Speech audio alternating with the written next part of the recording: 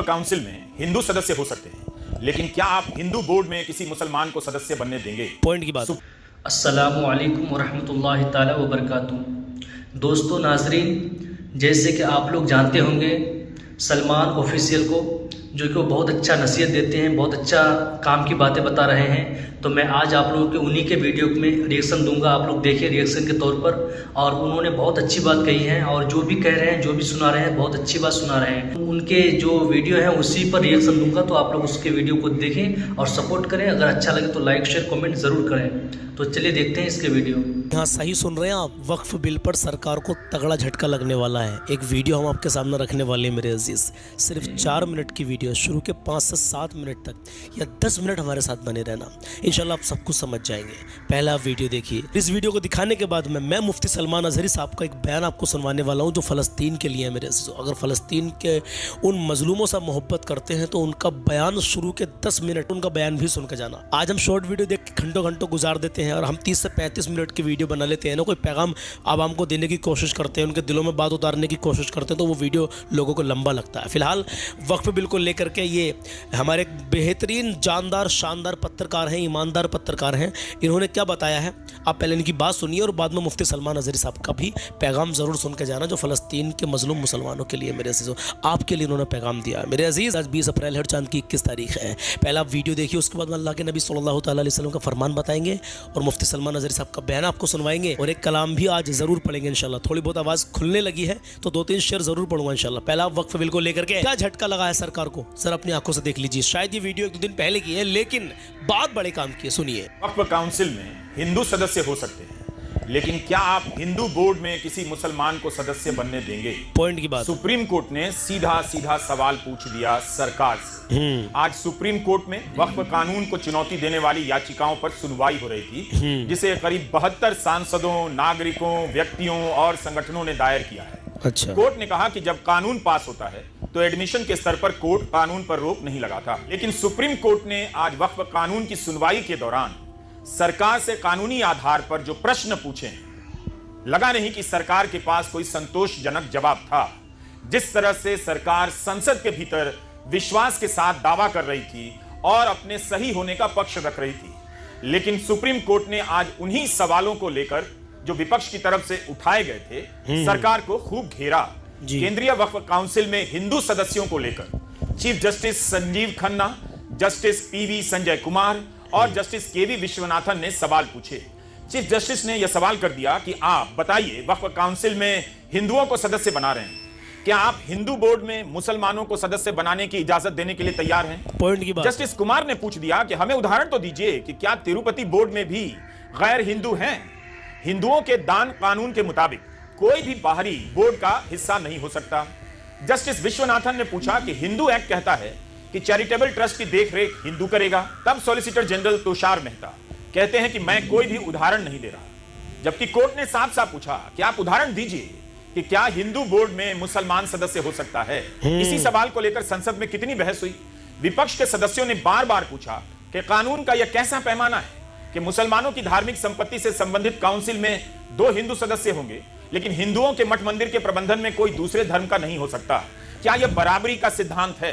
जब वहां नहीं होगा तो यहां क्यों रख रहे हैं? सत्ता पक्ष से दलील दी जाती रही कि वक्फ कर देने के बाद संपत्ति धार्मिक नहीं रह जाती, वक्फ का मामला संपत्ति का है, धार्मिक नहीं है। नहीं, ऐसा नहीं। ये कहते रहे, जबकि विपक्ष कहता रहा कि यह धार्मिक मामला है। जिस तरह से कानून हिंदुओं के धार्मिक मामले में होने चाहिए, वैसा ही कानून मुसलमानों के धार्मिक मामले में होनी चाहिए। तो सरकार की तरफ से कहा जाता रहा कि वक्फ का मामला धार्मिक नहीं है। कपिल सिब्बल ने कहा कि वक्फ कानून संविधान के अनुच्छेद 26 का उल्लंघन करता है। यह अनुच्छेद हर धार्मिक समुदाय को अपने धार्मिक मामलों का प्रबंधन करने की स्वतंत्रता देता है। तब सरकार कैसे तय कर सकती है कि वक्फ केवल वही कर सकता है जो पिछले 5 साल से इस्लाम का पालन कर रहा है?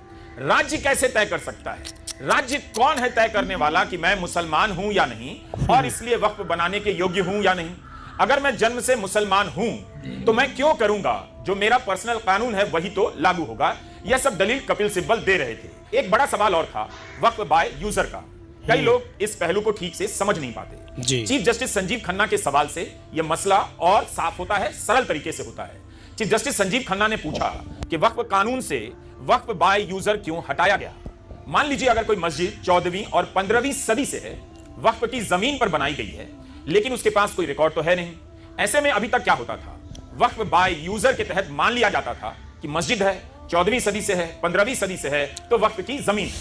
अब अगर सरकार दावा करने लग जाए कि अब मेरी जमीन है, तो क्या हो जाएगा? कोर्ट का यह सवाल था।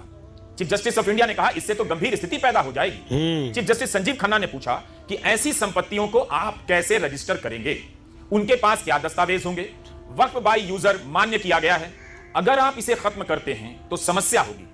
संसद में बहस के दौरान इस मुद्दे पर भी खूब सवाल उठे।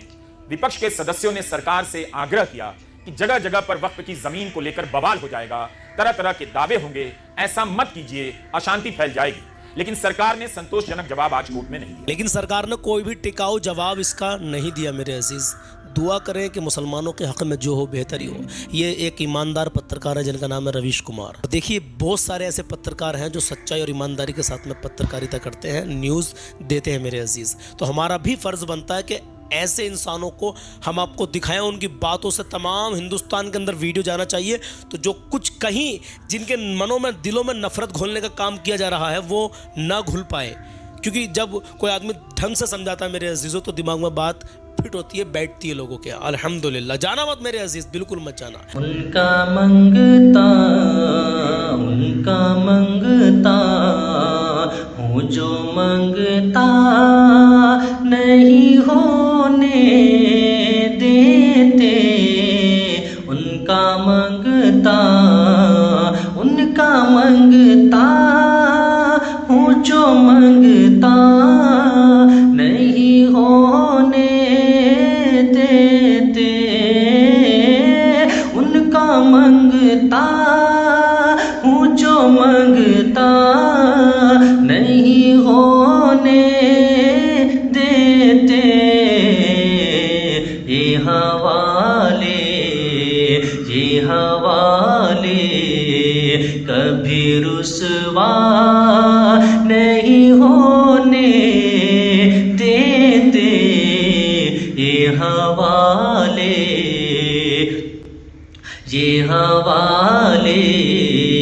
कभी रुसवा नहीं होने देते। उनका मंगता हूँ जो मंगता नहीं होने देते। उनका मंगता मेरे हर ऐब के करते हैं वो पर्दा पोसी। मेरे हर ऐब के करते हैं वो पर्दा पोसी। मेरे जुर्मों को तमाशा नहीं होने देते।